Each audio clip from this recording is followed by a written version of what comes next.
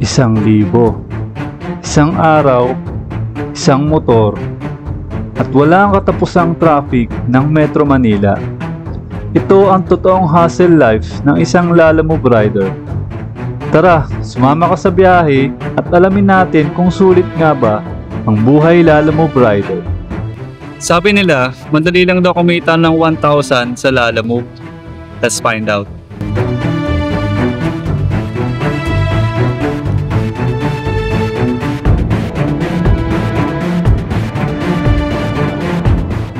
First booking at unang pick-up. Mga dokumento na ihahatid sa Makati mula dito sa Fairview. Sa bawat biyahe ko ay wala talaga akong dinadalang extra money, kaya nakisuyo na lang ako, baka may barya sila. At habang nag-aantay, sinecure ko na ang documents at nireview ang posibleng drop location para aware na ako agad sa mga posibleng ruta na dadaanan ko. At nakakuha na rin ako ng isasabay na booking. Mga libro naman daw ang iahatid papuntang Makati rin at nakatanggap na agad tayo ng buwan naman ng tip. Ayos! Okay, so nakakuha na tayo ng first and second booking. So double booking tayo ngayon.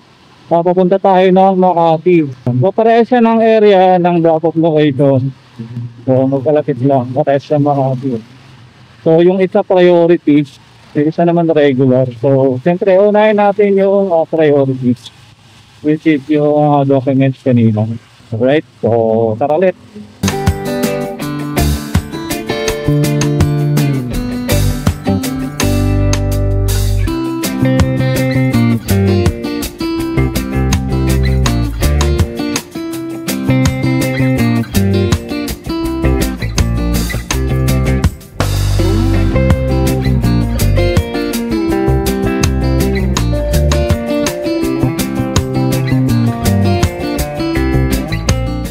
Pagkatapos na i-drop, ay nakakuha din agad ako ng kasunod na booking. Papuntang BGC Taguig naman at credit booking din muna kinuha ko para hindi mag-negative ang top of wallet ko. Okay, after natin mag-drop yung item dito, nakakuha tayo ng multi-drop papuntang BGC lang doon. So ito yung kasabay natin na booking. Yung pa, isang nakuha natin na credit papuntang BGC. So BGC lang din yung una ko nakuha ko. Dahil multi-drop ang credit booking na to, dinouble check ko muna and I'll make sure yung pagkakasunod-sunod para maiwasan magkapalit-palit sa bawat drop location. So na-pick up na natin yung mga multi-drop na booking natin. So credit ito para magkaroon ng laban yung sakos natin kasi nag-negative na kanina. So ito-drop na natin sa dalawa nating booking. So deliver muna natin to dito lang sa BDC. Sigat lang muna tayo dito. Tara lang.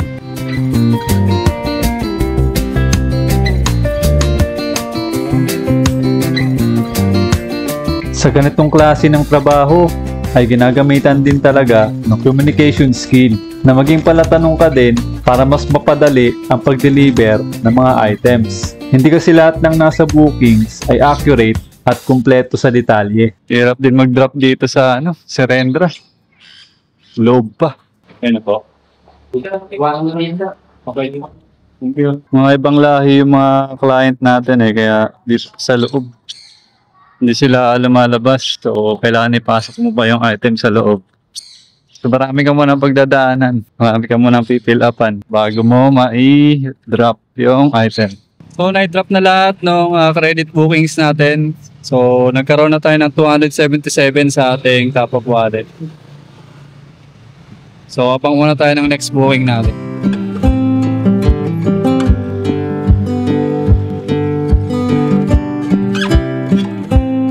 Next double booking na nakuha ko ay pabalik ulit ng Makati. Isa ay dokumento at yung isa ay shipping disc at gulay.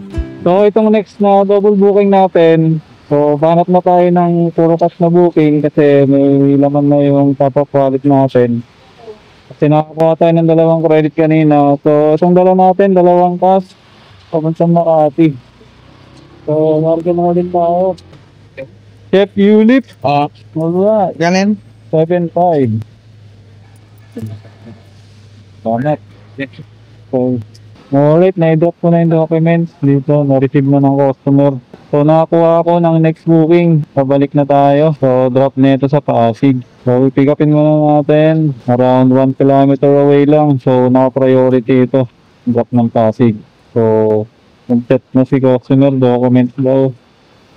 Alright. So kunin muna natin ito. Tapos hopefully makakuha pa tayo nakasabay. Alright. Let's go. At sa hindi inaasahan nang makausap ko yung nag-book ay hindi pala makakalabas yung client sa pick-up para iabot yung documents. Kasi ibang lahi daw ito at nahirapan makipag-communicate sa English. In short, may Hindi, may personal issues lang. Alright mga Pops, may pick up tayo sa loob na itong Greenbelt. So, nag-park muna tayo. Tapos ito, paakit na tayo sa taas.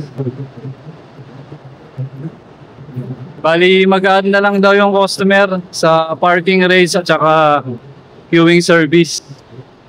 Uy, kaya nandito. Pangalito ah. What?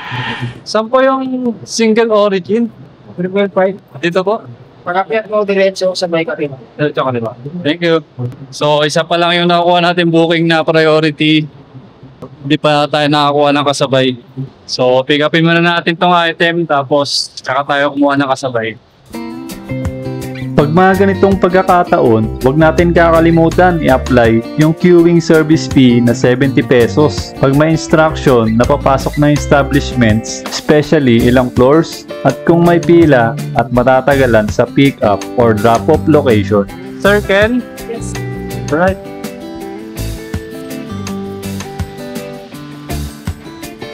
There you are.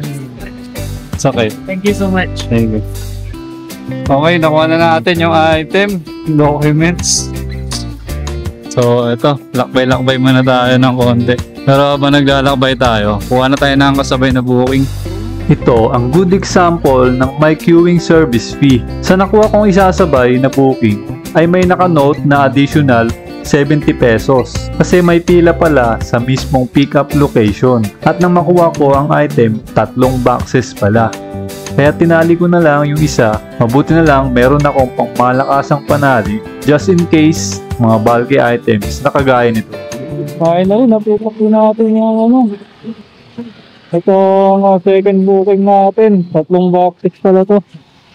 Kaya pala may note na plus 70. So, narga na ulit tayo. Kailangan na natin i-drop itong isang booking natin ng priority document. Sa pag-drop off ng documents, ayon sa napagkasunduan na extra fees, ay binigay din ni client ang naaayon sa ekstrang serbisyong ginawa natin kanina.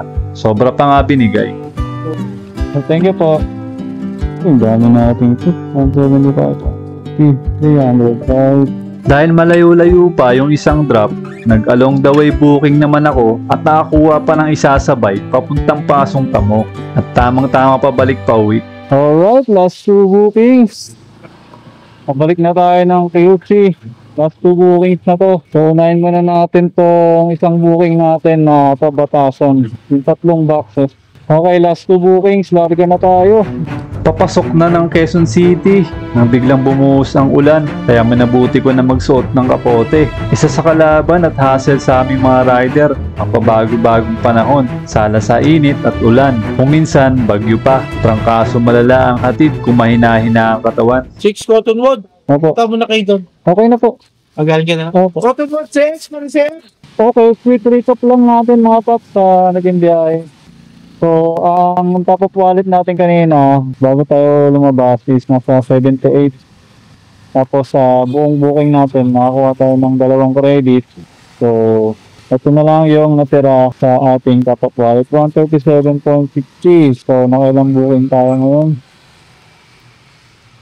So, today, naka 9 bookings tayo. So, tingnan natin kung magkano tayo ngayon ng gross income at saka net income. So, 5, 6, 7, 8, 9, 10, 11, 12. Okay, 1, 3. So, gross income natin, 1,440. Alright, naging gross income natin ay 1,440. So, minus natin na magpapagas ako siguro 100 or 120 na lang. 120 minus sa pagkain 50. So, meron tayong malinis na 1,230. Sa kalsada, hindi lang kita ang mahalaga, kundi yung bawat ngiti at pasasalamat na nakukuha mo. 1,000 man o higit pa. Ang tunay na halaga ay ang maibigay mo sa pamilya at sa mga taong umaasa sa iyo. At makauwi ka ng ligtas sa iyong tahanan at buo sa pamilya mo. Kung gusto mo pa ng mga ganitong video, libre lang mag-subscribe at i-like mo na din itong video natin. Ride safe mga ka-delivery at sama kayo ulit sa susunod na biyahe.